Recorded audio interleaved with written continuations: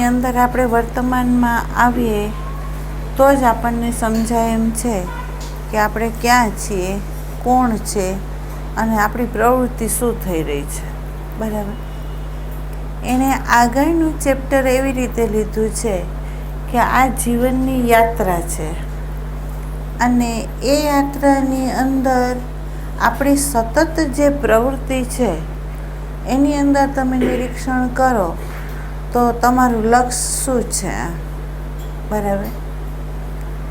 અને એ લક્ષ્ય તરફ આપણી જે ગતિ છે એ ગતિની અંદર હંમેશા ભવિષ્ય છે પણ વર્તમાન નથી. તમે જોજો, તમે આમ નિરીક્ષણ કરશો ને એટલે હવે આપણે થોડા ઊંડા ઉતરીએ આ બાબતમાં કે વર્તમાન હર પલ હર ક્ષણ નિત નવીનમાં હોય.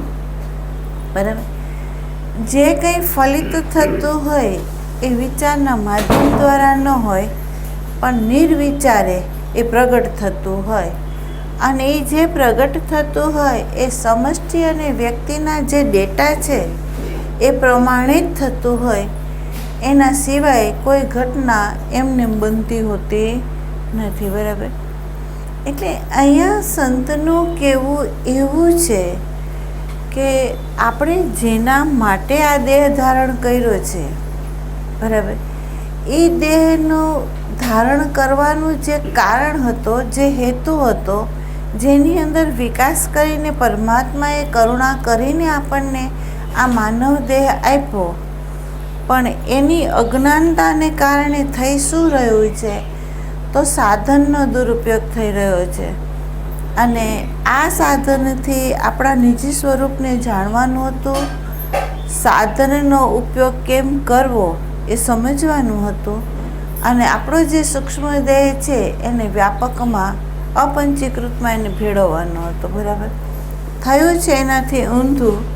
થયું શું તો કે સમાજનો જે ઢાંચો છે અને આપણને આસપાસથી મળતી જે માહિતીઓ છે, જે મૂલ્યાંકનો છે એ એવા છે, કાં તો સત્તાના છે, કાં તો પૈસાના છે. તો એ જે સંસ્કારો આપણને મળ્યા છે એ સંસ્કાર અનુસાર વર્તમાનની અંદર આપણી જે પ્રવૃત્તિ છે તો દરેકની પ્રવૃત્તિ હંમેશા તમે જુઓ જુદી જુદી છે. કેવી રીતે જુદી? તો જેને જે સંસ્કાર મળ્યા છે એ સંસ્કાર અનુસાર જ એનું લક્ષ્ય હશે. જે સંસ્કાર નથી મળ્યા એનું પાસે લક્ષ્ય નથી. બરાબર.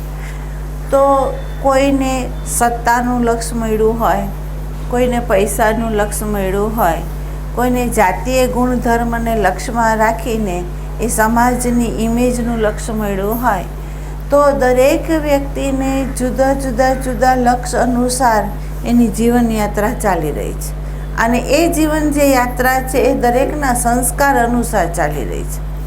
બાળક હોય તો એનું લક્ષ્ય કંઈક બનવાપણું હોય. બરાબર. કોઈ બની ગયા તો હવે એને નોકરી માટે લક્ષ્ય હોય અને નોકરી શા માટે તો કે પૈસો એનું લક્ષ્ય છે, ભોગ એનું લક્ષ્ય છે. બરાબર. અને સાધક જો હાલતા હોય તો સાધકની અંદર એ લક્ષ્ય છે, પણ એ લક્ષ્ય કેવું છે તો કે જ્યાં સુધી આપણને જીવનમુક્ત સંતની દૃષ્ટિ ન મળે ત્યાં સુધી જે લક્ષ્ય આવે છે આપણી અંદર એ બધા પરિધિના છે, પ્રકૃતિના છે. કાં તો વ્યક્ત પ્રકૃતિના મૂલ્યાંકન અનુસાર આપણું લક્ષ્ય છે, કાં તો અવ્યક્ત જે પ્રકૃતિ છે એનું મૂલ્યાંકનના માધ્યમ દ્વારા આપણે યાત્રામાં, સાધનામાં આપણે હાલી રહ્યા છે.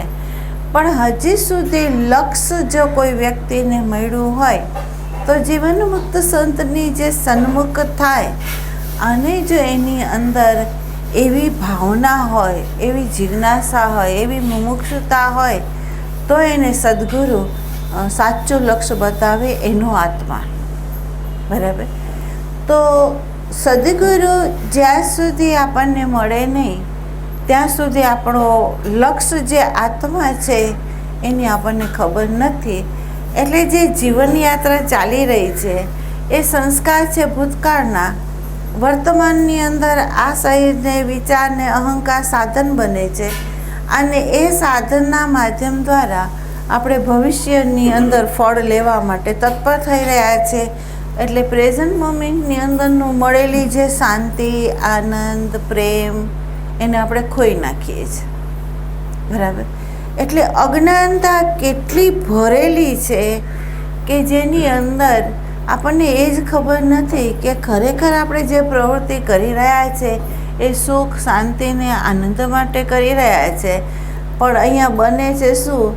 તો કે વર્તમાન જ એવું સાધન બની જાય છે, એવું માધ્યમ બની જાય છે કે જેનું ફળ ભવિષ્ય રહી જાય છે.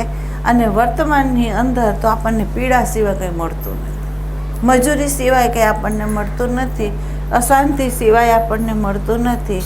અખંડ પ્રવૃત્તિમાં આપણું જીવન ચાલ્યું જાય છે, આપણને ખબર નથી. બરાબર. બીજું એક છે કે તમને તે દિવસે સમજાયું તો ઉર્જાનો વ્યય. બરાબર. તો સૌથી કઠિન જો હોય આપણી અંદર તોડવાનું, જે કઠિનપણું જે છે એ તમને ખ્યાલ હોય તો બદામ આવે છે. બદામ, એ બદામનો ઉપરનો જે ગર્ભ હોય એને તમે ખાવા બેસો તો એ સહેલાઈથી તમે ખાઈ લો, અને એનો ગર્ભ ઉપરનો ખાઈ લો એટલે અંદરનું જે ગોટલી છે એ કઠણ છે. બરાબર. હવે એને તોડવી હોય તો તમારે દસ્તો જ લેવો પડે. આ દાંતથી ન તૂટે. દાંતથી તોડવા જાઓ તો દાંત તૂટી જાય, પણ પેલી ગોટલી તૂટે નહીં. બરાબર. એટલે એને દસ્તો લેવો પડે. અને દસ્તો લીધા પછી પણ અંદરથી જે બદામ નીકળે છે એની ઉપરનું એક પડ એવું છે કે જે દાંતથી તોડવું પડે. બરાબર. અને એની અંદરથી જે બદામ નીકળે છે એ બદામની ઉપરનું જે છાલ છે એને ગરમ પાણીમાં પલાળવી પડે, અને પછી એ છાલ કાઢો તો રિયલ બદામ રહે. બરાબર. તો આ જે પ્રોસેસ છે એ આ આપણા શરીરની અંદર જ છે. કઈ રીતે છે? તો કે આ આપણો દેહાધ્યાસ છે એ બધાને ખબર છે કે આની અંદર જો રોગ આવે અથવા કોઈ આપણી અપેક્ષા, આગ્રહ, પસંદગી અનુસાર આપણા જીવનની અંદર જો કોઈ વસ્તુ ન મળે તો આપઘાત કરનારા માનવો ઘણા છે, જેમાં આપણને ખબર પડે છે કે આણે આપઘાત કર્યો, આને આપઘાત કર્યો. એનો અર્થ થયો કે આ શરીરને છૂટવા માટે તમને એક થોડો આઘાત લાગી જાય કે અથવાની અંદર રોગ આવી જાય તો આપણે આ છોડવા તૈયાર થઈ ગયા છે. બરાબર. એટલે આને છોડી શકાય છે એ આપણે જાણીએ છીએ એમ.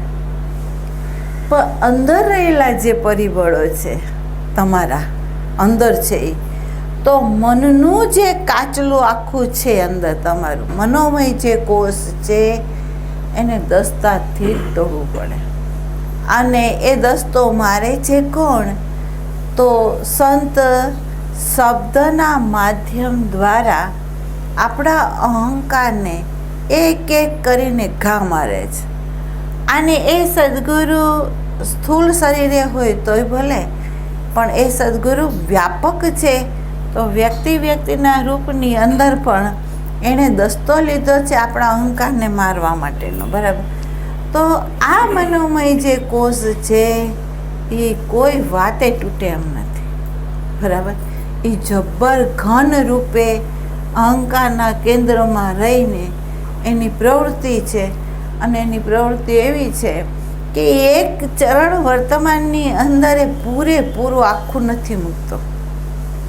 અડધું મૂકે છે અને અડધું ઊંચું જ એણે કરી દીધું છે, અને બીજું તેને બીજા ઠેકાણે મૂકી દીધું છે. બરાબર. એટલે સતત એનું એક પગલાં ઉપરથી બીજું પગલું, બીજા ઉપરથી ત્રીજું પગલું, એક સ્થાન ઉપર એક ક્ષણ માટે પણ એ શાંત થતું નથી. અનેક સંકલ્પો, વિકલ્પોની અંદર આ જીવને અનેક લક્ષ્ય બતાવીને આ જીવને પરિધિની અંદર ઘુમાવી રહ્યો છે, અને હર પલ હર ક્ષણ એને વર્તમાનની અંદર નહીં રહેવા દેતા અશાંતિના આખા ઝાડાની અંદર એ આપણને ફેંકી દે છે. બરાબર. તો સભાન આપણે અહીંયા થવું પડશે સાધક લક્ષ્ય વગરનો હાલે છે. સાધક છે એ લક્ષ્ય વગરનો હાલે છે. તમે એમ કહેશો કે અમને લક્ષ્ય ન હોય તો અમે અહીં આવીએ શું કરવા, પણ આપણે પ્રશ્ન કરીએ કે ધારો કે શરૂઆતની અંદર તમે સંપ્રદાયમાં ગયા હોય, શાસ્ત્રનું અધ્યયન કરતા હોય, મંત્ર કરતા હોય, ઈશ્વરને ભજતા હોય, તો ખરેખર એ વખતે અધ્યાત્મ લક્ષ્ય છે કે પછી બધા કરે છે એટલે કરીએ છીએ, અથવા પાપથી છૂટવા માટે કરીએ છીએ, અથવા કોઈ ભય છે એનાથી મુક્ત થવા માટે કરીએ છીએ, અથવા તો કંઈક બનવા માટે કરીએ છીએ, અથવા કંઈક મેળવવા માટે કરીએ છીએ. હવે નિરીક્ષણ તમારે કરવાનું છે કે અત્યાર સુધીની જે સાધના આપણે જે સાધી છે એની અંદર આપણું લક્ષ્ય છે કે નહીં. અને લક્ષ્ય જો આત્મા હોય તો અત્યાર સુધી તો આપણો અહંકાર પાતળો થઈ જવો જોઈએ, થયો નથી. આપણી અંદર કામ, ક્રોધ, લોભ, મોહ, રાગ, દ્વેષનું રૂપાંતરણ થવું જોઈએ, તો એ થયું નથી. તો એનો અર્થ થયો કે આપણું લક્ષ્ય હજી આપણને જ ખબર નથી કે કયા લક્ષ્યથી આપણે આની અંદર પ્રવેશ કરી રહ્યા છે. બરાબર? એટલે લક્ષ્ય શું છે આમ આપણું? આમ તો કે જીવનની યાત્રાની જે લક્ષ્ય છે એ ભવિષ્યના ફળ ઉપર છે. આપણે જે કીધું વાસ્તવિકતા છે કે જો કોઈ જીવનમુક્ત સંતની આપણને દ્રષ્ટિ ન મળી હોય અને આપણને એની સમજણ અંદરથી પ્રગટ ન થઈ હોય તો આપણું લક્ષ્ય કાં તો બનવા ઉપર છે, કાં તો અવ્યક્તની પ્રકૃતિ ઉપર છે. પણ બાકી આમ તમે જુઓ તો તમારો આત્મા નથી. બરાબર? જો તમારો આત્મા લક્ષ્યમાં હોય તો તમે કંઈ બનવાના ન હો. તમારે બન્યા છો એનાથી મટી જવાનું છે. અને તમે જુઓ તો તમારી જે અભિવ્યક્તિ છે, હું જાણું છું, તો ત્યાં અભિવ્યક્તિ એ હશે કે હું કંઈ જાણતો નથી, હું કંઈ જાણતો નથી. અને એની બીજી વસ્તુ એ હશે કે હર પલ હર ક્ષણ એને અંધકાર સિવાય કંઈ નહીં દેખાતું હોય. કેમ? તો એને પોતાનું નિરીક્ષણ છે કે હજી હું જે લક્ષ્યને માગું છું એ લક્ષ્ય મારી અંદર હજી પ્રગટ થયું નથી.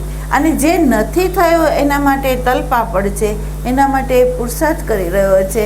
અને એના પુરુષાર્થની અંદર એને પોતાને ખબર પડે છે કે જેના માટે હું તલસી રહ્યો છું એનું એક બૂંદ હજી મને મળ્યું નથી. તો હવે મારે શોધવું પડે કે આ બૂંદને મેળવવા માટે મારી અંદર કયું આવરણ એવું પડ્યું છે કે જે મને મેળવવા નથી દેતું. બરાબર? અને જો તમે એની ઉપર પ્રકાશ કરો અને જો તમને અધ્યાત્મ પ્રત્યે જ જો પ્રીતિ હોય તો તમને બતાવશે કે તમારું લક્ષ્ય શું હતું. બરાબર?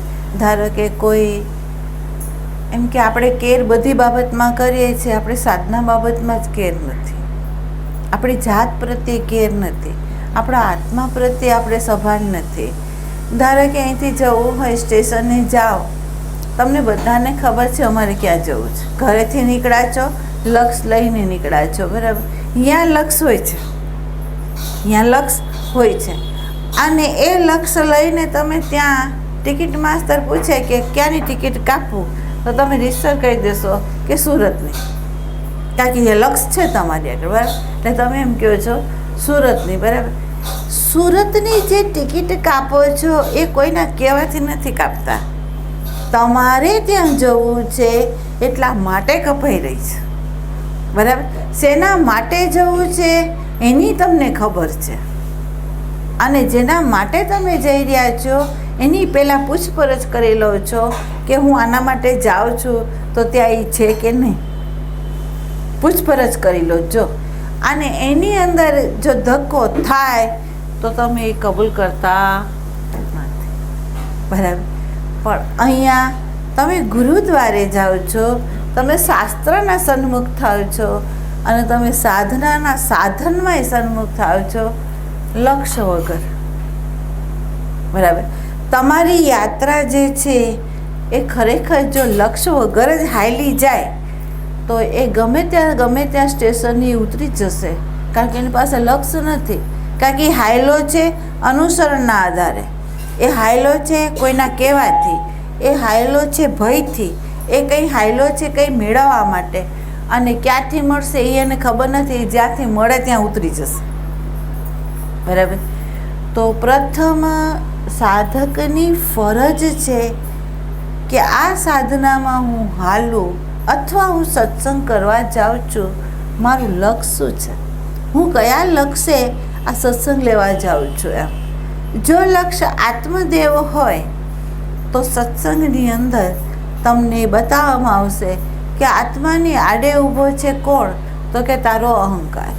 અને એ અહંકાર ઉપર તું નિરીક્ષણ કર કે ભાવની અંદર કેવી રીતે ભમે છે, વિચારોની જાળમાં એ કેવી રીતે ભમે છે, અને દૈહિક દ્રષ્ટિથી એ વિચારોના માધ્યમ દ્વારા વિષયોમાં પણ એ કેવો આસક્ત થઈને એ લૂંટાય છે એનું તમને ભાન થાય. અને જો તને તારી આંખથી આ વસ્તુ જો દેખાય તો તારો પ્રવેશ અધ્યાત્મમાં થાય, નહીંતર નહીં. બરાબર. તો પ્રથમ તમે ગમે તે સાધન લો, તમને કહેવામાં આવ્યું કે 3 માર્ગ છે ચિત્તના, 3 માર્ગ છે ચિત્તના. બરાબર. અને ચિત્ત જેવું સાધન છે કે એ શુદ્ધ, સ્થિર અને આવરણ રહિત ન થાય ત્યાં સુધી આપણો પોતાનો જે નિજી સ્વરૂપ છે એની અંદર પ્રગટ થઈ શકે એમ જ નથી. છે પ્રગટ પણ ભાસતો નથી. કેમ? તો આખો આવરણથી ઢંકાયેલો છે. બરાબર. તો આ જે 3 સાધન છે એ સાધન ફક્ત ચિત્ત માટે છે. અને આ ચિત્ત જો 3 સાધનના માધ્યમ દ્વારા એ હાલે તો એ સાધકને જો લક્ષ્ય હોય તો જ એ અહંકારની લંગર છોડે અને પછી હલેસા મારે. બરાબર. પણ એને લક્ષ્ય નથી એટલે લંગર છૂટું નથી. બરાબર. અને જો એને લક્ષ્ય હોય કે મારે અહીંયા જ જવું છે તો એ લંગર છોડીને હલેસું મારશે, કારણ કે વ્યર્થ હલેસાની મજૂરી એ કરશે નહીં. બરાબર. તો સભાન થઈને હાલવાનું અહીંયા છે કે પ્રથમ વિચારો કે ખરેખર તમને શું જોઈએ છે. ખરેખર તમે અધ્યાત્મની અંદર જવા તો માગો છો, પણ એની અંદર તમારે શું કરવું છે? તમારા અહંકારને પોષવો છે કે તમારા સતને તમારે પોષવો છે? જો તમારા સતને જ પોષવો હોય તો અહંકારને કાપવા માટે હર પલ હર ક્ષણ એવા પ્રસંગો ઘડાય જ છે કે જેની અંદર ઘા અહંકારને લાગે જ છે. બરાબર. અને બીજું, અહીંથી પણ જો પ્રવૃત્તિ કંઈ પણ થાય છે તો અહંકારના કેન્દ્રમાંથી જ થાય છે. એવો બોધ આપણને સંત જે આપે છે કે તું વર્તમાનમાં રહે અને પ્રકાશ કર તો તને ખબર પડશે કે તારા બીજના અસ્તિત્વના હોવાથી જ તારો અંકુર ફૂટે છે અને તું ક્રિયામાં જાય છે. ધારો કે એક ઘરની અંદર કોઈ વ્યક્તિ તૃપ્ત હોય અને એને ભૂખ જ ન હોય તો એ વિચાર સુદ્ધા નહીં કરે, ખાવાનો એ વિચાર સુદ્ધા નહીં કરે. અને જેને ખાવાનો વિચાર નથી તો એ પ્રવૃત્તિમાં નહીં ઊભી થાય અને રસોડા સુધી નહીં જાય. પણ જેને ભૂખ છે એ વિચાર કરશે, એ પ્રવૃત્તિ કરશે અને એ ભોજનને બનાવીને ગ્રહણ કરશે. બરાબર. તો અહીંયા એમ કહે છે કે જ્યાં સુધી બીજ છે ત્યાં સુધી પ્રવૃત્તિ થવાની છે. અને બીજનું જે અસ્તિત્વ છે એ શેને લીધે છે? તો અજ્ઞાનને લીધે છે. અને તમે એની પર જો પ્રકાશ કરો તો અહીંયા સંત આપણને એમ કહે છે કે હવે તમારે અહીંયા નિરીક્ષણ કરવાનું છે. આ બીજ અંકુર ફોટે એ ભલે ફોડે એમ, એની અંદર બાયોલોજિકલની જે આવશ્યકતા હોય એમાં થતી જે પ્રવૃત્તિ છે એને કોઈ સંતોએ વિકૃત નથી કીધી.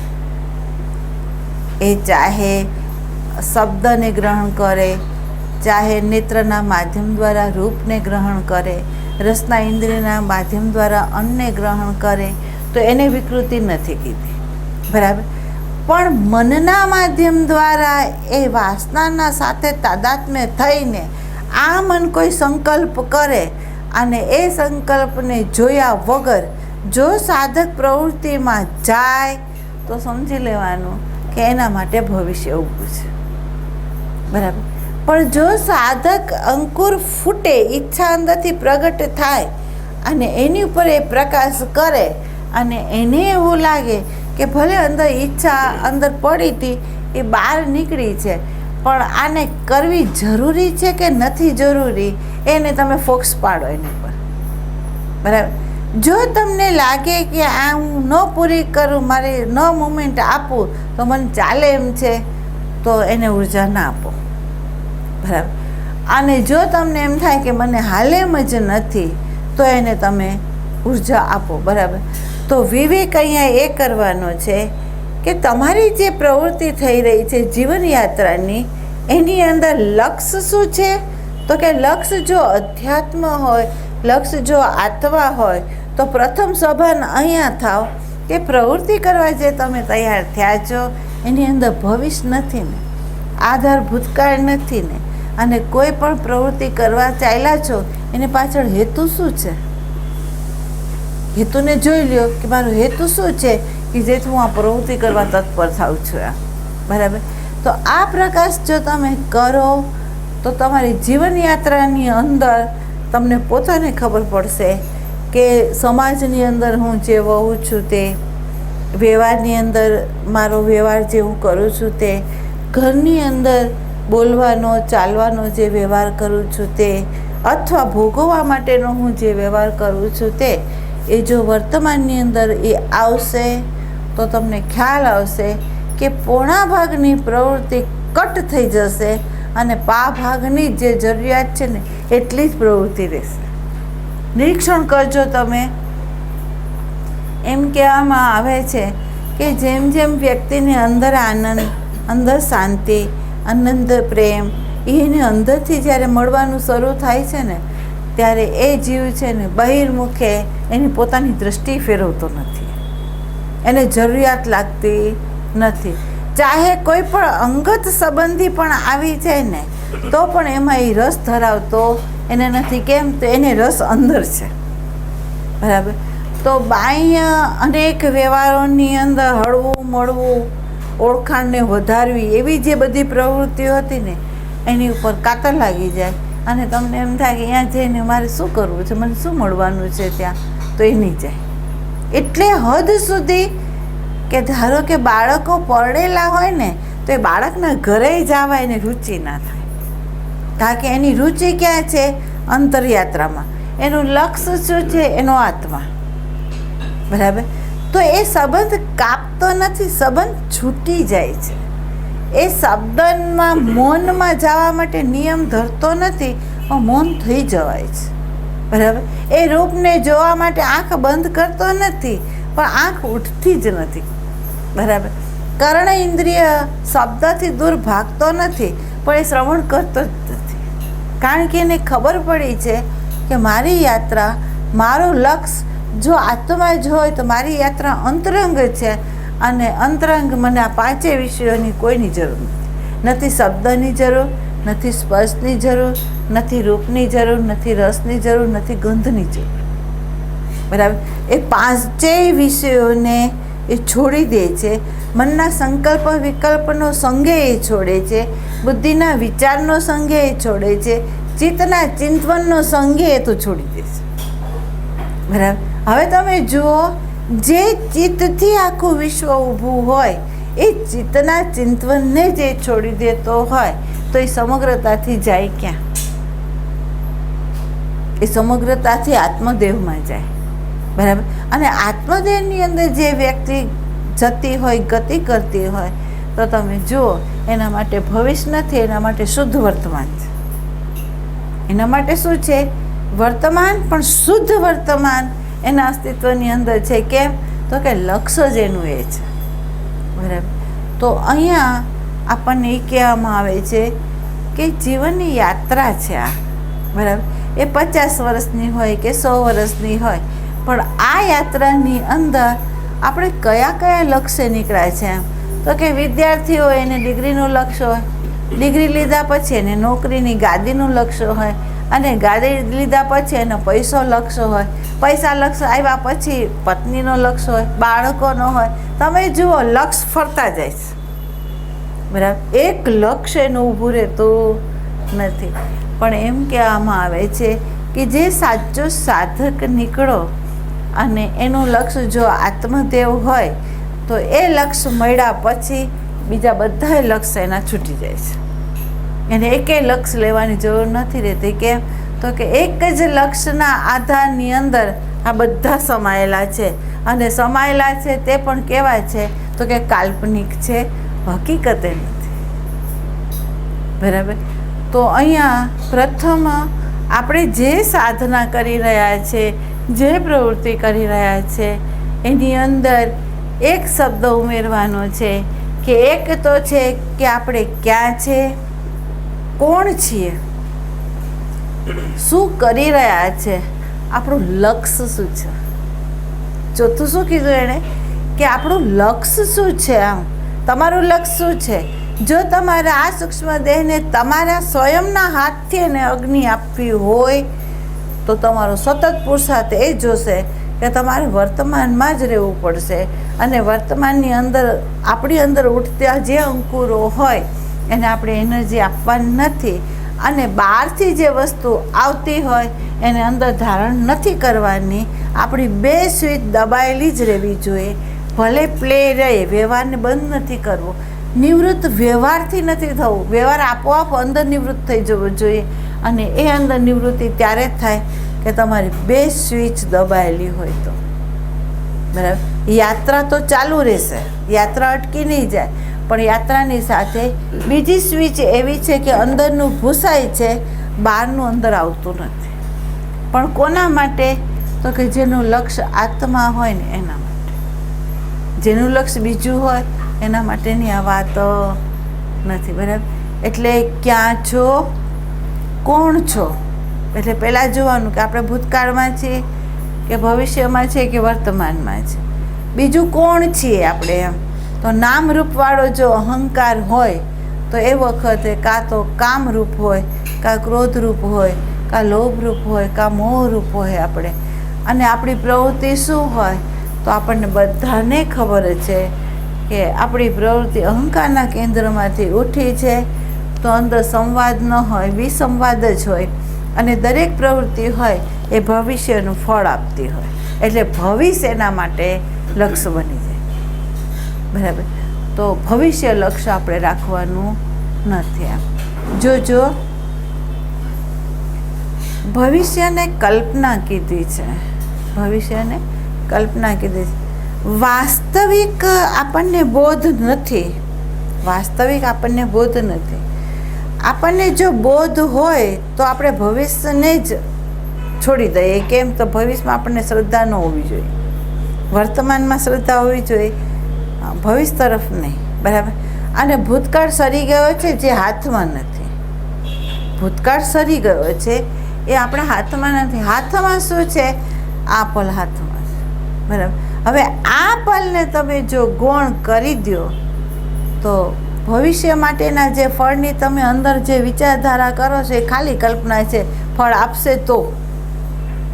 બીજું, તમે અત્યારે જે ભવિષ્ય માટે કરી રહ્યા છો એ ખરેખર ભવિષ્ય માટે ઉપયોગી હશે કે કેમ?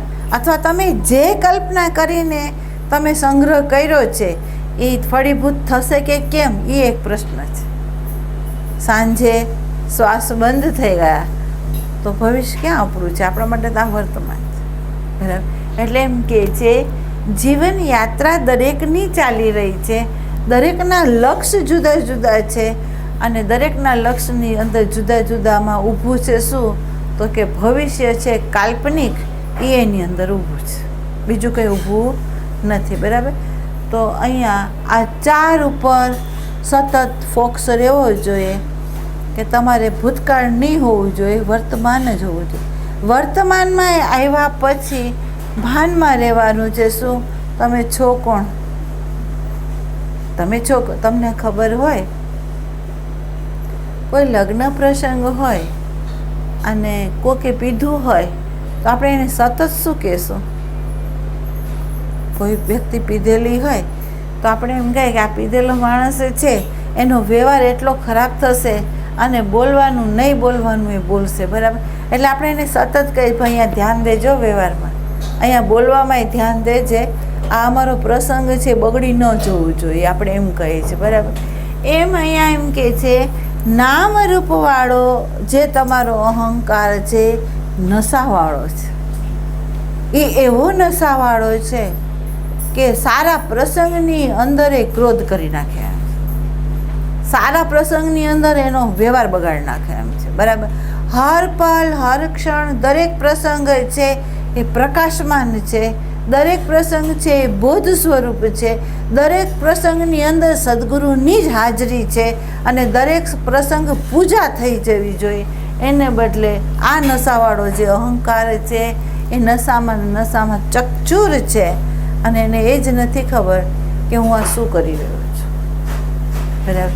એટલે વારંવાર સદગુરુને કહેવું પડે છે કે આ યાત્રા છે, આના છેલ્લો દાવ છે તારા માટે, અને જો તું આ દાવને ચૂકી જશે અને હારી જશે તો તારે પાછું ફરવું પડશે, એમ કહેવામાં આવે છે.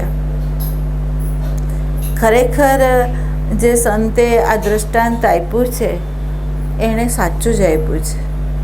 એમ કે એક કિલ્લો હતો, એક કિલ્લાને એક જ દરવાજો, કિલ્લો ફરતો, દિવાલ ઊંચી અને એક જ દરવાજો, બરાબર. એક વ્યક્તિ એ કિલ્લામાં ગઈ, આંખે આંધળી, અને દિવાલને પકડીને હાલતો હતો. એટલે એને ચોકીદારને પૂછ્યું કે મારે આ કિલ્લાથી બહાર જવું છે. એટલે ચોકીદારે કીધું કે દરવાજો આવે ને ત્યાંથી બહાર નીકળી જજે, આ કિલ્લામાં એક જ દરવાજો છે. એણે શું કીધું? કિલ્લાનો એક જ દરવાજો છે, એ દરવાજો આવે ને એટલે બહાર નીકળી જજે, એને એક જ દરવાજો છે. આ વ્યક્તિ કિલ્લામાં બધે ફરતી દરવાજા સુધી તો આવે, પણ જેવો દરવાજો આવવાનું શરૂ થયું ને અહીંયા એને ખુજલી ઉપડી અને એ હાલતો રહ્યો, બરાબર. દરવાજો પાસો થઈ ગયો, બરાબર. કહેવાનો ભાવાર્થ એવો છે કે 84 લાખ યોનિઓમાંથી આ દરવાજો આવ્યો છે. માનવ શરીર છે એ દરવાજો છે, આ દરવાજામાંથી આપણે બહાર નીકળી જવાનું છે. અને એ વખતે વ્યક્ત કે અવ્યક્ત જે પ્રકૃતિ છે એની ખુજલી જો આપણને ઉપડી જાય અને આ દરવાજો જો આપણે ચૂકી જઈએ તો પાછો ફેરો છે જ, બરાબર. તો ચૂકવો ન જોઈએ ને એની સભાનતા, ચૂકવો ન જોઈએ એની સભાનતા. બીજું, એક ક્ષણ એવી ન હોવી જોઈએ કે અહીંથી અંકુર ફૂટે એ ન ખબર પડે અને બહારથી કોઈ વ્યક્તિ અંદર એક વિચારને આપણી અંદર નાખી દે એ ખબર ન પડે, બરાબર. દ્વાર ઉપર એવો પ્રકાશ રાખો, એવી વિવેક દ્રષ્ટિ રાખો કે મારી અંદર શું ઉઠે છે અને બહારેથી મને શું મળે છે. બહારેથી જે મળી રહ્યું છે એને મારે અંદર આવવા દેવું છે કે નહીં, તમારા હાથમાં છે. અંદર જે ઉઠી રહ્યું છે એને શક્તિ આપવી કે નહીં એ તમારા હાથમાં છે, બરાબર. તો અહીંયા એમ કહે છે જો સાધકને લક્ષ્ય હોય તો એ આ દરવાજા ઉપર જ એની ચોકી છે. કયા દરવાજા? કે આ દરવાજાની અંદર જો હું ચોકી અખંડ ન રાખું તો અંદરનું અંકુર મને બહાર ફેંકશે અને બહારની જે ધારાઓ છે મારી અંદર વહી જશે. એ ચોર છે, બરાબર. અને એ ચોરી કરીને શું કરશે? મારી શાંતિ, મારો આનંદ, મારો પ્રેમ એ લૂંટી લેશે, ચોરી જશે, બરાબર. મારે અહીંયા સજાગ રહેવાનું છે. તો આ દરવાજા ઉપર આ વર્તમાનનો દરવાજો છે અને આ દરવાજા ઉપર જો સાધક આજે જો ચોકી ન કરે તો કાલે નાથવા નથી. આપણે એમ કહે છે કે પુત્રના પગ પારણામાં, વહુના પગ બારણામાં. એમ કેમ કીધું? તો કે પુત્ર પારણામાં પરખાઈ જાય કે આ બાળક છે એ ખરેખર આપણને અનુકૂળ રહેશે કે નહીં, ખબર પડી. વહુ છે બારણામાંથી પગ મૂકે ને એટલે આપણને ખબર પડે કે આ વહુ છે એ આ ધરોહરને જાળવશે અને આ વહુ છે નહીં જાળવે, કારણ કે એના ચરણ ઉપરથી ખબર પડે છે, બરાબર. એમ અહીંયા કહે છે સાધકના વર્તમાન ઉપરથી સંતને ખબર પડે છે કે આ હાલશે આ નહીં. કારણ કે વર્તમાનનું જેને મૂલ્ય નથી એ ભવિષ્યમાં ન જઈ શકે, પણ જેને વર્તમાનની એક એક ક્ષણનું જો એને મૂલ્ય હોય તો સમજી લેજો કે આ વ્યક્તિ જશે, કારણ કે એને મૂલ્ય સમજાયું છે. બરાબર. તો આ અણમોલ જે આપણું સ્વરૂપ છે એ સ્વરૂપ યાત્રા કરી રહ્યું છે આ સાધનને લઈને, અને કરવા એની સત્તાથી સૂક્ષ્મદેશ યાત્રા કરી રહ્યું છે. તો એની અંદર પડેલા વાસનાના બીજ છે એટલે. બરાબર. જો એ નિર્બીજ થઈ જાય તો એને વિચાર સુદ્ધા ઉઠે એમ નથી. એ જો નિર્બીજ થઈ જાય તો બહારથી પ્રેમ શોધે એમ જ નથી. એ જો નિર્બીજ થઈ જાય તો એને આનંદ બહારથી લેવો પડે એમ નથી, પણ એને નિર્બીજ કરવાનો છે, અને લક્ષ્ય છે આપણો આત્મદેવ. બરાબર. તો અહીંયા ચોથો શબ્દ જે છે લક્ષ. હવે એ ચોથો આપ્યો છે, એ એટલા માટે ચોથો આપ્યો કે તમે જ્યાં છો, જે છો અને જે કરી રહ્યા છો એમાં તમારું લક્ષ્ય આ જીવન મરણના ચક્રાવાની અંદરનું તમને જે સમાજે મૂલ્યાંકન આપ્યા છે એ લક્ષ્ય છે તમારું. બરાબર. જો આ લક્ષ્ય તમને સમજાઈ જાય કે આ લક્ષ્યની અંદર મારી શાંતિ નથી, મારો આનંદ નથી, મારો પ્રેમ નથી, તો તમે અબાઉન્ટન થઈ શકો. પણ જો તમે આ જોયું જ ન હોય તો. બીજું, કોઈ સ્ટેશને આવીને ટિકિટ કાપવાનું ટિકિટ માસ્તર કહે અને એમ કે મને ખબર જ નથી મારે ક્યાં જવું છે, તો એને ટિકિટ માસ્તર શું સમજે? અથવા તમે એની જોડે એને મૂકવા ગયા હો અને એને એમ કંઈક ભાઈ કઈની ટિકિટ કપાવું, અને પેલો વ્યક્તિ એમ કે મને જ નથી ખબર મારે ક્યાં જવું છે, તો તમે શું કહો? તો મને સ્ટેશન સુધી લઈ આવ્યા શું કરવા? બરાબર. તો સંત કહે છે તમે મારા દ્વાર સુધી આવી ગયા. બરાબર. અને મારા દ્વારે આવ્યા પછી પણ તમને એ જ નથી ખબર કે તમારું લક્ષ્ય શું છે, તમે શા માટે સત્સંગ કરો છો, તમને શું જોઈએ છે, અને જે જોઈએ છે તો સદગુરુએ આપણને શું બતાવ્યું છે, અને સદગુરુએ જે બતાવ્યું છે તો હવે તમારું લક્ષ્ય શું છે? જોજો, સદગુરુએ બતાવ્યું છે તો હવે તમારું લક્ષ્ય શું છે? સદગુરુએ બતાવ્યું આત્મા એક એવું સ્વરૂપ છે કે જેની આગળ હું જાણું છું, હું સમજું છું, મેં આ કર્યું છે, આટલી સાધના છે, આ તત્વ મને પ્રાપ્ત છે, એવું જે બોલનારો છે એને રિજેક્ટ કરી નાખવામાં આવે છે. પણ એવો જે વ્યક્તિ છે કે હું કંઈ જ નથી. કેમ કંઈ નથી? તો કે અહંકાર કંઈ કરી જ ન શકે, અને જે કરી નથી શકતો, જેની ખુદની સત્તા નથી, તો એનો ગર્વ શું છે? એનો અહંકાર શા માટે છે? હું જાણું છું એવું જે બોલે છે એ શું જાણે છે? હું તમને પ્રશ્ન કરું કે ધારો કે તમે લોકોએ સત્સંગ લીધો હોય અને હું તમને એમ કહું કે તમે તમારા સદગુરુને જાણો છો, અથવા તમને તમારા સદગુરુએ જે સત્સંગ આપ્યો છે એને તમે સમજો છો, તમે શું કહેશો? શું કહેશો? હું બધા પ્રશ્ન કરું છું કે તમે તમારા સદગુરુને જાણો છો, તમારા સદગુરુએ જે સત્સંગ આપ્યો છે એ તમે સમજ્યા છે, તમે તમારા સદગુરુની સાથે સંબંધ જોડો છે? આ 3 પ્રશ્ન છે, એમાં તમારો ઉત્તર શું છે?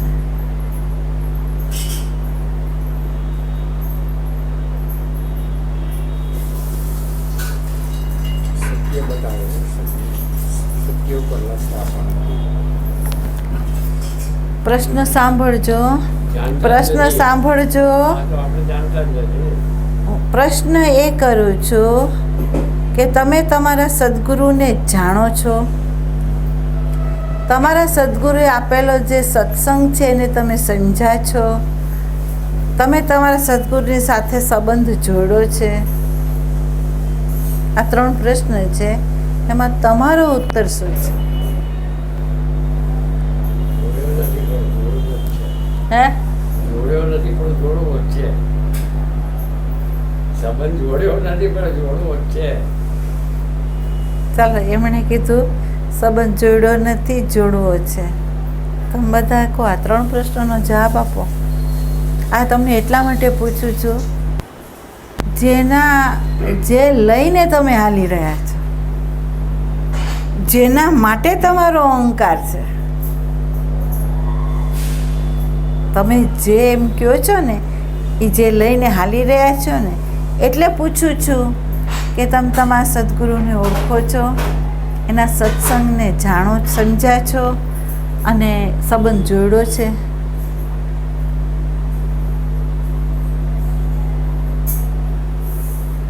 જેને સદગુરુ ન હોય તો ઈશ્વર લઈ લ્યો, તમારા ઈશ્વર જે હોય તે, તો એની સાથે એને ઓળખો, એને જાણ્યો બરાબર, એને સમજ્યા, એની જોડે સંબંધ જોડ્યો.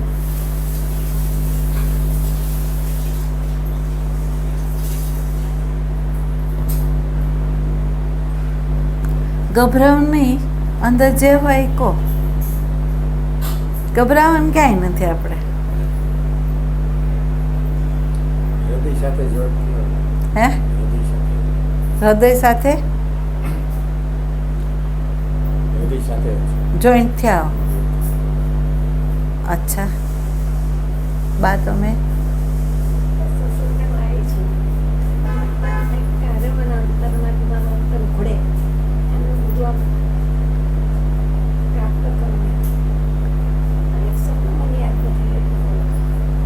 એનો ગૂંચવાડો તમે કાઢી નાખો.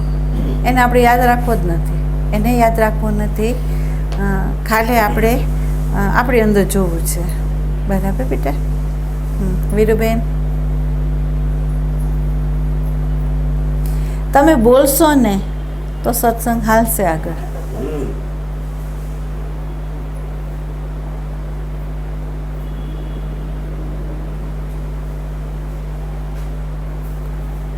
બોલો કુસુમબેન.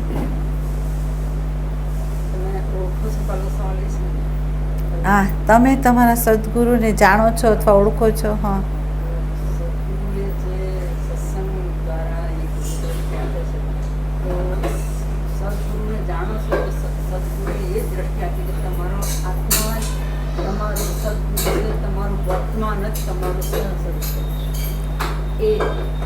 એ તો એને સત્સંગ આપ્યો. તો હવે એ જે સત્સંગ લીધો એ તો સદગુરુએ આપ્યો, બરાબર? સદગુરુને જાણો છો.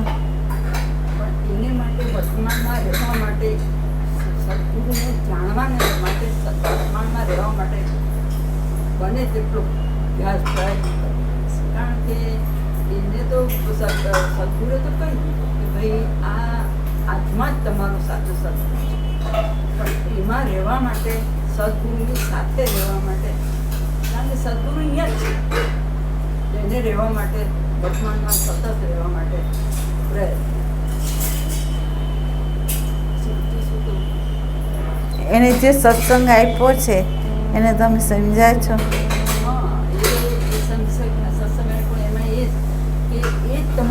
ખાલી તમે એમને સમજ્યા છો, બસ એટલું જ. જવાબ જ જોઈએ છે મને. સદગુરુને જાણો છો, ઓળખો છો, એણે જે સત્સંગ આપ્યો છે તમે સમજ્યા છો, સદગુરુની સાથે સંબંધ બાંધ્યો છે. ખાલી આટલું જ.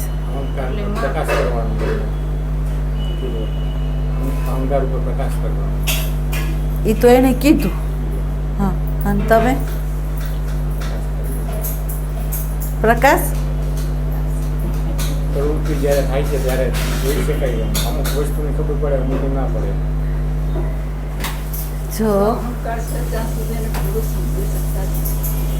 તો તમારે જવાબ શું આવવો જોઈએ?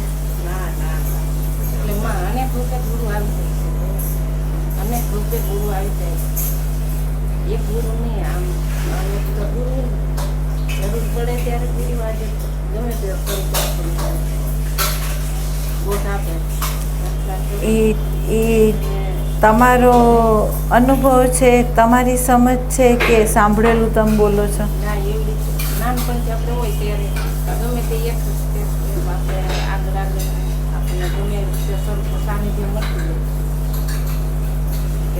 તમે મરી ગયા એમ હોય ગુરુ સત્વ હોય શરીરનું એ આપણને આપણી ગૌરવણી કરી દે.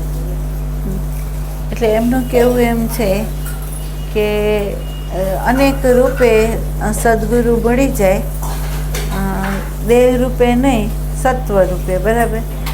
તો એણે સદગુરુને સત્વ રૂપે આવી રીતે અનુભવ્યો છે.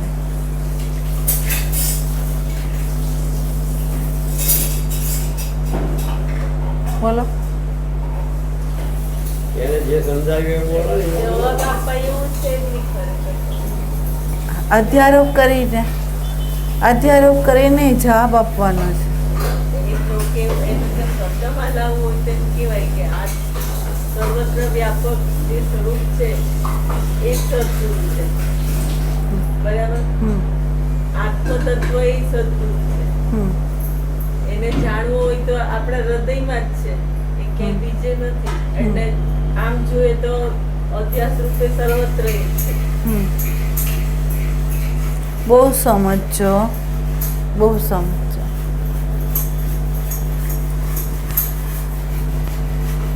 તમને એક એવું પાત્ર સન્મુખ મૂકું કે એક હતા ગુરુની કૃપાએ ઊભા રહેલા સંજય.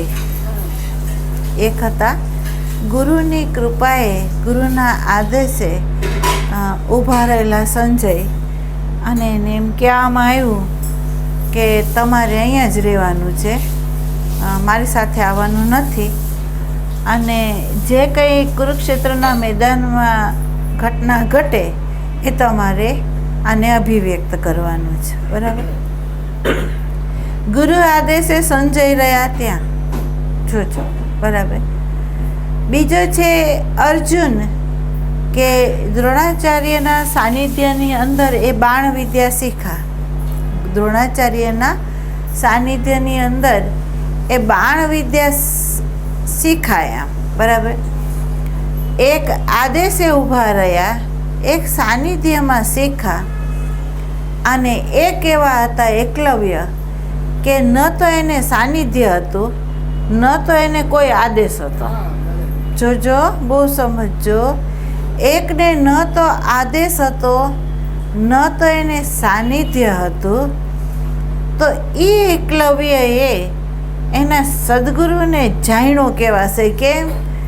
તો એ એકલવ્યએ આધાર લીધો મૂર્તિનો, પણ એને લઈ આવ્યા સદગુરુને પોતાની અંદર. આધાર આ લીધો, વંદન કરવા માટે, પ્રાર્થના કરવા માટે આધાર લીધો. આધાર લઈને એ આવ્યા ક્યાં? તો કે અંતર જે પ્રેરણા મળે એ પ્રેરણા અનુસાર મારે આ બાણનો પ્રયોગ કરવાનો છે. બરાબર? શરૂઆતની અંદર એ આધારના માધ્યમ દ્વારા આંતર પ્રેરણા લઈને એણે બાણ વિદ્યા શીખવાનું શરૂ કર્યું. બરાબર? શીખતા એની એક સ્થિતિ એવી આવી કે જે દ્રોણાચાર્યના અંતઃકરણની અંદર જે પ્રાપ્ત થયેલી જે શક્તિ હતી એ શક્તિના એ અધિપતિ થઈ ગયા. કેમ? તો એ અંતઃકરણના દ્રષ્ટા બની ગયા એકલવ્ય. એ અંતઃકરણના જો દ્રષ્ટા ન બન્યા હોય તો દ્રોણાચાર્યએ જે ઇન્દ્ર આગળથી લીધેલી જે શક્તિ હતી એ એને ન મળી હોત. બરાબર? એ ખાલી એની પ્રેરણા અનુસાર જેટલું શીખવાનું હોત એટલું જ શીખાવત. એનાથી પારનું જે છે એ ન શીખાવત. પણ પાર જે બંધ અને મોક્ષ હતા એ બે શીખી ગયા. એ કોણ શીખી ગયું? એકલવ્ય. ક્યારે શીખો? તો કે એ અંતઃકરણનો દ્રષ્ટા બની ગયો ત્યારે. સદગુરુને લઈ આવ્યો અંદર લાવ્યા પછી પ્રેરણાનો આધાર લીધો, અને પછી પ્રેરણાનો આધાર નહીં, એ દ્રષ્ટા બન્યા. અને દ્રષ્ટા બન્યા એટલે દ્રષ્ટા વ્યાપક છે. વ્યાપકને લીધે એને દરેકની અંદર જે જે શક્તિઓ હોય એનું સ્વરૂપ દ્રોણાચાર્ય હતું. એટલે દ્રોણાચાર્યના અંદર જેટલી શક્તિઓ હતી ને એ બધી શક્તિનું એને જ્ઞાન થઈ ગયું. અને એ જ્ઞાન થઈ ગયા પછી એણે બારે એ બંધ અને મોક્ષને જાણી લીધા. બરાબર. જ્યારે દ્રોણાચાર્ય શિષ્યોને લઈને જાય છે, એની સાથે શ્વાન છે, અને શ્વાન બહુ ભસતું હતું અને આને બાણનો પ્રયોગ કરતા હતા. એ વખતે એમ થયું કે આ બહુ અવાજ કરે છે, એટલે એણે એવા બાણ માર્યા કે જે બાણ એવી રીતે મોરની ઉપર લાગેલા ફરતા કે જેમાં એને હાનિ ન થાય. બરાબર. પણ અવાજ ન નીકળે, મોઢું ખોલવા તત્પર ના થાય, એ મૌન થઈ જાય એવી રીતે એને બાણ માર્યા. બરાબર. જ્યારે શ્વાન પાછું જ્યારે એના માલિક બાજુ ગયું, બધાએ જોયું કે આની ફરતા બાણ છે, પણ આવા બાણ કોણ મારે કે જેમાં આને હાનિ ન થાય અને કૂતરું બોલતું બંધ થઈ જાય એમ. બરાબર. આવું બંધ કોણે બાંધ્યો એમ. એટલે દ્રોણાચાર્ય આશ્ચર્યમાં પામ્યા. અર્જુને સીધો ગુરુને આક્ષેપ આપ્યો કે આ ગુરુદેવ, તમે મને આ વિદ્યા નથી શીખવાડી હજી, અને આ વિદ્યા મને નથી આવડતી, અને તમે દાવો કરો છો કે વિશ્વની અંદર અર્જુન જેવો બાણાવાળી કોઈ હશે જ નહીં. આ દાવો તમારો છે, આશીર્વાદ તમારા છે, અને આ તો હું જોઉં છું કે જે મને નથી આવડતું. બરાબર. અને જ્યારે એના જે મારનાર હતો એને શોધતા શોધતા એ લોકો જ્યારે ગયા, ત્યારે જેવા બધા એની તરફ ટેકરી ચડતા હતા, ત્યારે એ એકલવ્યએ બાણ મારીને પાર બાંધી, બાણ મારીને આમ પાર બાંધી, મર્યાદા બાંધી, અને એ લોકોને અંદર આવવા દેવા માટે રૂકાવટ કરી. જ્યારે રૂકાવટ કરી ત્યારે દ્રોણાચાર્ય બોલ્યા કે તે બંધ તો બાંધો, પણ તને આ બાણ જે છે એ પાછા કાવડમાં નાખવા એટલે એને મોક્ષ આપવું એ તારી આગળ છે. તો એકલવ્યએ એ પણ કરીને બતાવ્યું. ત્યારે દ્રોણાચાર્યને થયું કે આ વિદ્યા મેં ઇન્દ્ર આગળથી લીધી છે, એ હજી સુધી મેં કોઈને જાહેર નથી કરી, તો આની આગળથી આ વિદ્યા આવી ક્યાંથી? બરાબર. અને જ્યારે પૂછવામાં આવ્યું ત્યારે એણે કીધું કે આપની આગળથી જ મેં લીધી, તો આ કેવી રીતે ઘટના ઘટી? આ ઘટના કેવી રીતે ઘટી? આમ એનો અર્થ થયો કે એણે ગુરુને જાણ્યો, એણે ગુરુને ઓળખો. બરાબર.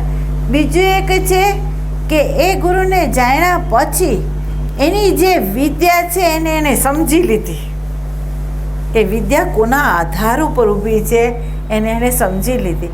અને આ વિદ્યાનું ભાન મને ક્યારે થયું? હું મારા અંતઃકરણનો દ્રષ્ટા બન્યો તો જ. બરાબર. એટલે એણે સંબંધ જોડ્યો ગુરુ સાથે. બરાબર. અને સંબંધ જોડ્યો ગુરુના આધારમાં રહેલી જે બધી વિદ્યાઓ હોય એ એની જ બની જાય, એમાં શંકાને સ્થાન નહીં, શંકાને એ સ્થાન નથી. બરાબર. ભાઈ કહે છે કે મેં હૃદય જોડ્યું, પણ હું એમ કહું કે આ હૃદય એકને જ સમાવે છે. આ લખી લેજો, આ વાત સાચી છે. પ્રેમ ગલી અતિ સાંકડી વામે દો ન સમાય. બરાબર. એમ આત્મામાંથી નીકળતી જે વિશેષ વૃત્તિ છે એ વૃત્તિ એકને જ ધારણ કરી શકે, બેને નહીં. બરાબર. હવે તમે જુઓ કે તમારી વૃત્તિ ખરેખર સદગુરુને જ ધારણ કરેલી છે કે પછી બીજા બધાને છે? હું પ્રશ્ન કરું તમને કે તમારી જે વૃત્તિ છે, હૃદયરૂપી જે વૃત્તિ છે, હૃદયરૂપી જે ગુફા છે, એમાં ખરેખર સદગુરુ બિરાજેલો છે અને સદગુરુની સાથે જ રમી રહ્યો છે કે પછી બીજો છે? મારું તો તમને હું મારું એટલા માટે મારું કે પ્રસંગ ઘડાયો નથી. જો પ્રસંગ ઘડાય, આપણી સાન્મુખ ઘડાઈ જાય, તો આપણને ખબર પડે કે આપણા હૃદયની અંદર જગત બેઠેલું છે, સદગુરુ નહીં. જગત બેઠેલું, ઘરની અંદર પત્ની છે, બાળકો છે, ઘર સંસાર છે, વ્યવસ્થા છે, જમીન છે, મકાન છે, બધું બેઠું છે. તમે કેવી રીતે કહી શકો કે સદગુરુ જ છે? કેવું સહેલું છે કે સદગુરુ મારા હૃદયમાં છે. અરે તારા હૃદયમાં જો સદગુરુ હોય ને તો તારે ક્યાંય જવાની જરૂર નથી. હા, એવી રીતે હું બોલ્યો હતો એ તમને કહું કે જ્યારે તમારી તરફ જ્યારે ગતિ થાય છે અંદરની, ત્યારે મારું શરીરની અંદર બધી વાતોમાં આખું શાંત. હવે જોજો એ કેવું છે એ પણ બતાવો. એનો એ ગર્વ નહીં કરતા.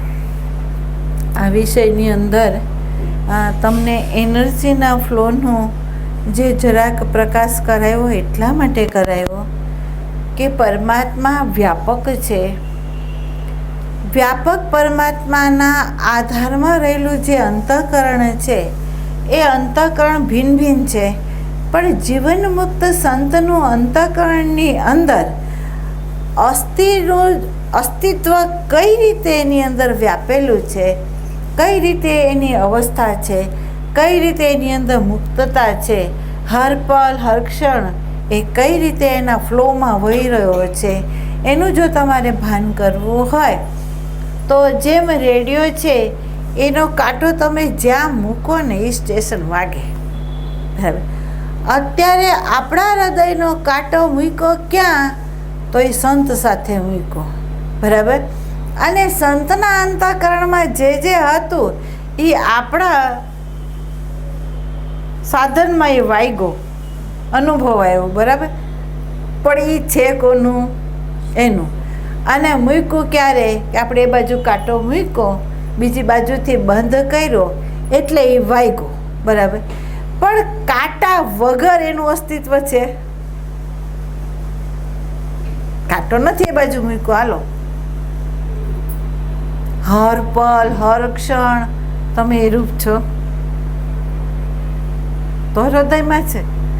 પણ તમે હર પલ હર ક્ષણ તો અનેક રૂપે ઊભા છો, બહુ રૂપી છો, તો કેવી રીતે સદગુરુ હોય?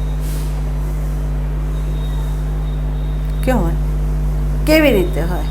બીજું એક છે કે સદગુરુને સમજ્યા નથી આપણે.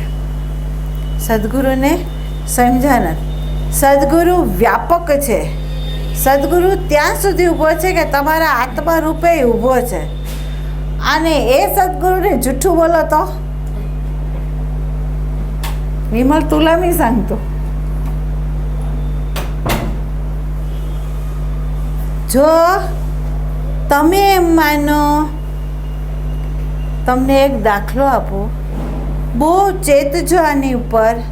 જો તમે નહીં ચેતો ને આવી ભૂલો આપણે હર પલ હર ક્ષણ આપણે કરી રહ્યા છે, અને એ ભૂલોને આપણે સામાજિક દ્રષ્ટિકોણને લક્ષ્યમાં રાખીને, ધારો કે આ વ્યક્તિ છે એ ઓફિસેથી નીકળી ગઈ હોય અને ભાઈબંધના ઘરે ગઈ હોય, 5 વાગે એટલે આ વ્યક્તિ ફોન કરે કે તમે છૂટ્યા?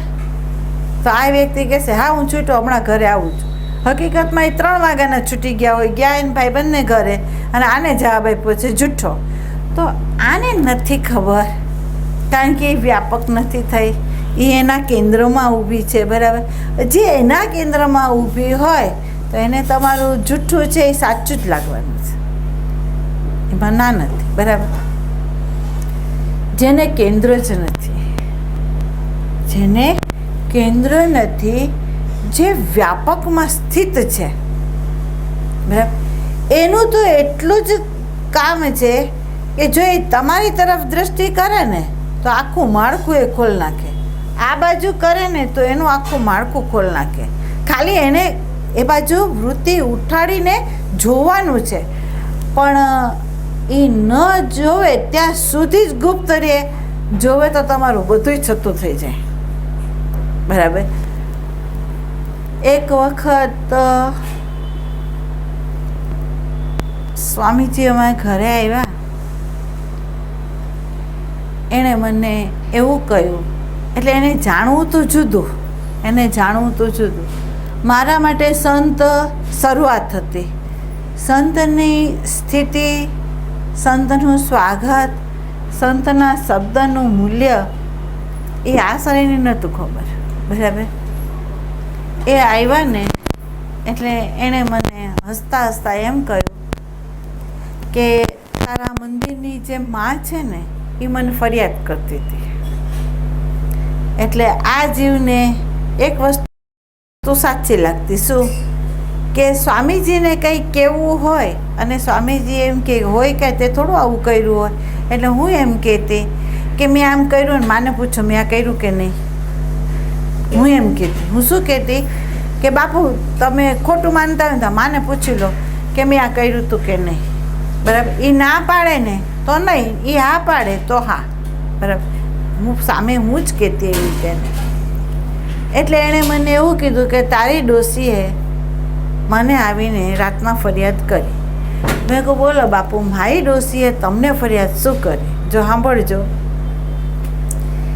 એણે એવું કહ્યું કે તારી જે દીકરી છે એ મને કંઈ પહેરાવતી નથી. શું કીધું?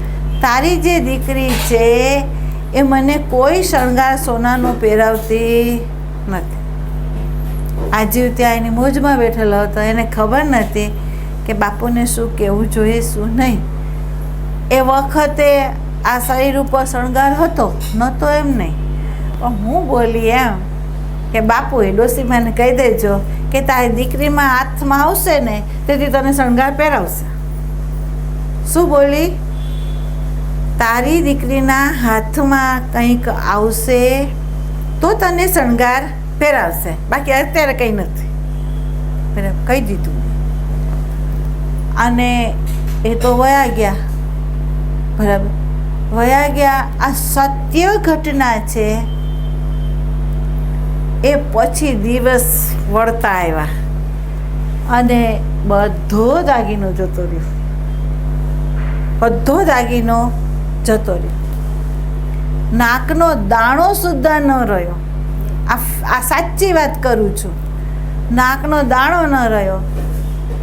અને એક વખત જ્યારે દેલવાડા નવું મંદિરનું ઉત્થાન કરતા હતા ત્યારે એ ઘરે આવ્યા અને ઘરે આવીને મને એમ કીધું કે ગગલી, શિવજી માટેનું તો બધું મેં રમણ પટેલ આગળથી લીધું, પણ માનો શણગાર તારે આપવાનો છે, મને એણે કહ્યું. એટલે મેં કહ્યું બાપુ માનો શણગાર હું છે ને તમને લાવી દઉં, તમે અહીંયા બેસો, હું હમણાં આવું. ખરેખર એ વખતે કંઈ જ નહોતું. મોટા મંદિરમાં ગઈ. એ મોટા મંદિરવાળા ભાઈને મેં એમ કીધું કે તમે મારું મોઢું જુઓ છો? તો કે હા બેન, તમે તો રોજ અહીંથી નીકળો છો એટલે હું જોતો હોઉં એમ. તો મેં કહું આ મોઢાને જોઈને તમે મને ઉધાર આપશો?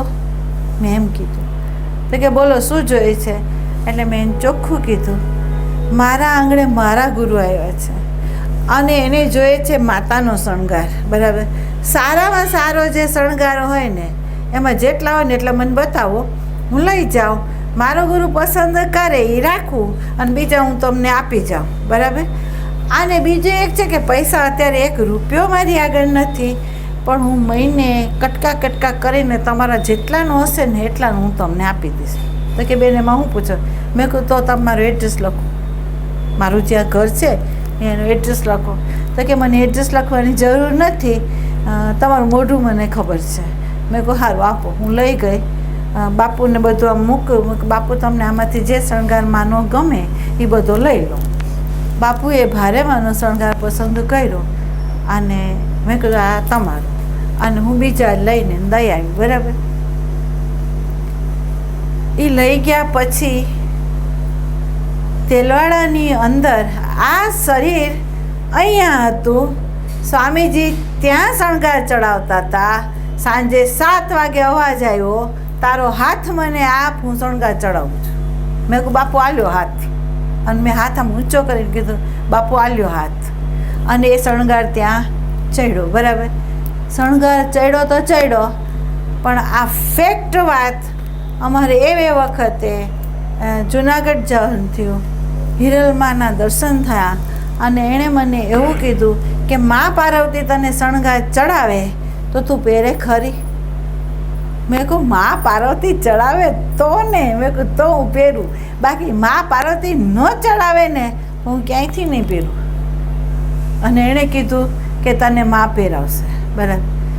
વિચાર કરો કે સદગુરુની કરુણા છે. એણે શણગાર લીધો, એણે માને ચડાવ્યો અને તે પછી આને શણગાર કુદરતી આવ્યો. આ ચોખ્ખી વાત છે. ખાલી કેમ શણગાર ગયો હતો છતાં જુઠ્ઠું બોલાણું પહેરો તો બરાબર. તો સદગુરુની સન્મુખ અથવા સદગુરુની પાછળ રખે માનતા એ જાણતા નથી. એ સંસારી માણસો નથી કે જેને ખબર ન પડે આપણું જુઠ્ઠાણું, એને ખબર પડે બરાબર. એની સામે જુઠ્ઠું ને એની સામે સાચા રહો બરાબર. અને સન્મુખ થઈને તમે સાચા જેટલા રહેશો ને એટલો રસ્તો ખુલ્લો છે આપણા માટે બરાબર. તો સદગુરુને જેણે ઓળખા એ આ જાણે. અને આ હકીકત છે કે એકલવ્યએ એકે સાધના કરી છે એમ નહીં, આ શરીરે જ એવી સાધના કરી. એ શરીરને એકલવ્યમાંથી જ પ્રેરણા મળી અને આ શરીર એવી રીતે જ એની જોડે જોડાણી. અને આજે હું આમ ઠોકીને કહું છું કે સદગુરુ મારું રૂપ છે, પણ એ ક્યારે કહું છું કે એને જોયો, એને જાણ્યો અને જાણ્યા પછી એને સમજ્યા આપણે. અને સમજ્યા પછી સમજાણું કે સંબંધ આ છે બરાબર. સંબંધ બુદ્ધિથી સમજીને બોલવામાં આવે ખોટો છે બરાબર. હૃદયથી આપણે એમ કહીએ કે એને આપણે ઓળખીએ છીએ તો હૃદયથી એને માનીએ છીએ. તો હૃદયે જ જો એને પકડો હોય ને તો આ હૃદયની તાકાત છે કે એને છોડી ન શકે. ગુરુને એ છોડી નથી શકતો. ગુરુ વગર તલપાપડ છે, તમને ખ્યાલ નથી. એક ભજનમાં લખ્યું છે, જેમ માછલી પાણી વગર તરફડે ને અને અન્ન વગર કોઈ જીવ તરફડે ને, એમ સાધક ગુરુ વગર તરફડે છે. એનું હૃદય તરફડે છે એના વગર બરાબર. તો એને આપણે કહી શકીએ કે એને હૃદયથી સંબંધ જોડ્યો છે. એ રહી નથી શકતો એના વગર, એનું અસ્તિત્વ નથી એના વગર બરાબર. તો આપણને લક્ષ્ય હોય સાચું તો એને ઓળખવા આપણે અંદરથી તૈયાર થશું. અને સાચા અર્થની અંદર એણે જે આપણને સત્સંગ આપ્યો છે એ સત્સંગને લેતા શીખશું આપણે. અને જો એને સમજી જશું તો સંબંધ સાચો બંધાશે આપણી જોડે. અત્યાર સુધી સંબંધ બંધાણો નથી, ના પાડું છું બરાબર. સદગુરુના નામનો ગર્વ એ ખોટો છે. સદગુરુએ કૃપા કરેલી એ શક્તિ એ તમારી નથી, એની છે બરાબર. તમે ગર્વ ત્યારે જ કરી શકો કે એની કૃપાને એક બાજુ મૂકી દો, તમારો પુરુષાર્થ તમે જગાડી દો અને જગાડ્યા પછી તમારા પુરુષાર્થથી જે પ્રાપ્ત થાય ને ત્યારે એ ગુરુ એવો બોલવું જોઈએ કે હું આનો શિષ્ય, આ મારો જે શિષ્ય છે એનો ગુરુ બનવામાં મને ગર્વ છે. એ બોલવો જોઈએ બરાબર. અને જ્યાં સુધી એ બોલી ન શકે ત્યાં સુધી આપણી કચસ બરાબર. તો એ ક્યારે બને કે આપણે ક્યાં છે, કોણ છે, કઈ પ્રવૃત્તિ કરી રહ્યા છે અને આપણું લક્ષ્ય શું છે. ગુરુ મૂકે તો થયા પણ આપણું લક્ષ્ય શું છે બરાબર. એની ઉપર આપણે જો પૂરેપૂરો પ્રકાશ કરીએ તો જ આ ઘટના ઘટી શકે, નહીંતર એમ કે છે સદગુરુના મૂલ્ય કોણ આંકી શકે? તો જેનું અંદર બહાર ઉજ્જવલ થઈ જાય એ આંકી શકે. જેનું અંદર બહાર ઉજ્જવલ ન હોય એને ગુરુની જ ખબર નથી, તેનું મૂલ્ય કેવી રીતે જાણે બરાબર. એટલે ખૂબ એક વસ્તુ ધ્યાન દો, સાધનામાં, સત્સંગમાં, અધ્યાત્મમાં પ્રવેશ કર્યા પછી સંતો એમ કહેતા કે એક મા બાપને ડાઘ ન લાગે એના માટે કન્યા સાસરવાસની અંદર ગમે એટલા સિતમ પડે ને તો સહન કરે છે કે મારા બાપ અને માને ક્યાંય ડાઘ ન લાગવું જોઈએ બરાબર. સહન કરી જાય બરાબર. અને પતિને ડાઘ ન લાગે એવો સમાજની અંદર એ વ્યવહાર કરે બરાબર. તો આ બેની તમે આટલી બધી કાળજી રાખીને તમે તિતિક્ષા કરી લો છો, તપ કરી લો છો અને તમારી અંદરનું રહેલું જે પરિબળ છે એનું બલિદાન દઈ દો છો તમે. કોના માટે? એક મા બાપ માટે, એક પતિ માટે. બરાબર. સદગુરુ કહે છે હું બલિદાન માગું છું. સદગુરુ શું કહે છે? હું બલિદાન માગું છું. શું? તો કે તારા મા બાપને દાગ લાગે ને તો હાલશે, તારા પતિને દાગ લાગે ને તોય ચાલશે. કેમ? તો આ બ્રહ્માંડમાં એવી મહાન શક્તિઓ છે કે તમને ક્યાંક ને ક્યાંકથી બચાવી લેશે. બરાબર. પણ સદગુરુને દાગ લાગશે તો કોણ બચાવશે આપણને? તો એને કહે છે અહંકારનું અસ્તિત્વ જે છે એ જેનો મોટો ડાઘ છે, આપણા સદગુરુનો ડાઘ છે. બરાબર.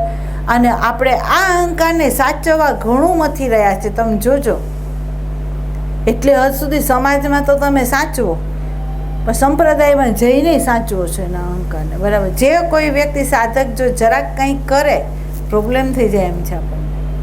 બરાબર. તો અહીંયા આપણો અહંકાર સાચવી રહ્યા છે. તો સદગુરુ કહે કે આ મારો મોટો ડાઘ છે, આ હું નહીં ચલાવું, મારા કપડે ડાઘ લાગે છે, બીજે ક્યાંય નથી લાગતો. બરાબર. તો અહીંયા એને ડાઘ ન લાગે એના માટે હર પલ હર ક્ષણ સાધકે કેર કરવાનું છે કે મારા સદગુરુને કોઈ ડાઘ ન લાગે. એના માટે મારે આ અહંકારને પોષવાનો નથી અને મારું લક્ષ્ય મારો સદગુરુ જ રહેવું જોઈએ, મારો આત્મા જ રહેવું જોઈએ, મારો પરમાત્મા જ રહેવું જોઈએ, બીજું કોઈ લક્ષ્ય ન રહેવું.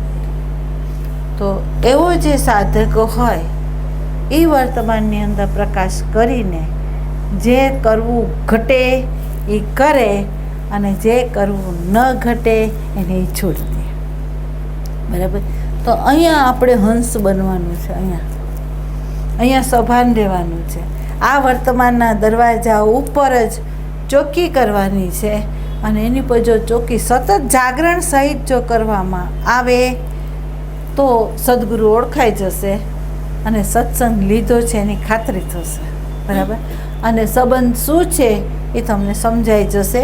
જે બુદ્ધિથી નહીં હોય, શાસ્ત્રના આધારથી નહીં હોય, બાહ્ય શબ્દના આધારથી નહીં હોય, પણ દર્શનથી હશે. બરાબર. કે સંબંધ શું છે. બરાબર. અત્યારે આપણને ખબર નથી કે સંબંધ શું છે. બરાબર. હવે આમાં કોઈ પ્રશ્ન હોય તો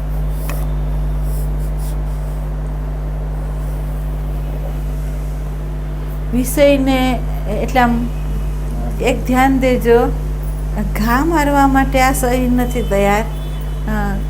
કુદરતની કરુણા છે અને કરુણા એક ભૂલ ન સ્વીકારે. તમને ખબર હોય માં હોય ને એના બાળકને એક ભૂલ ન સ્વીકારે એને પીડા થઈ જાય. બરાબર.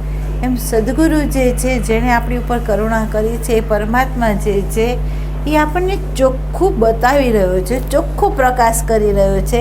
બસ એ પ્રકાશમાં આપણે જોવાનું છે અને એ પ્રકાશની અંદર જો આપણે એમ જ હોઈએ તો આપણે અહીંયા સુધારો કરી લેવો છે. બસ એટલું છે.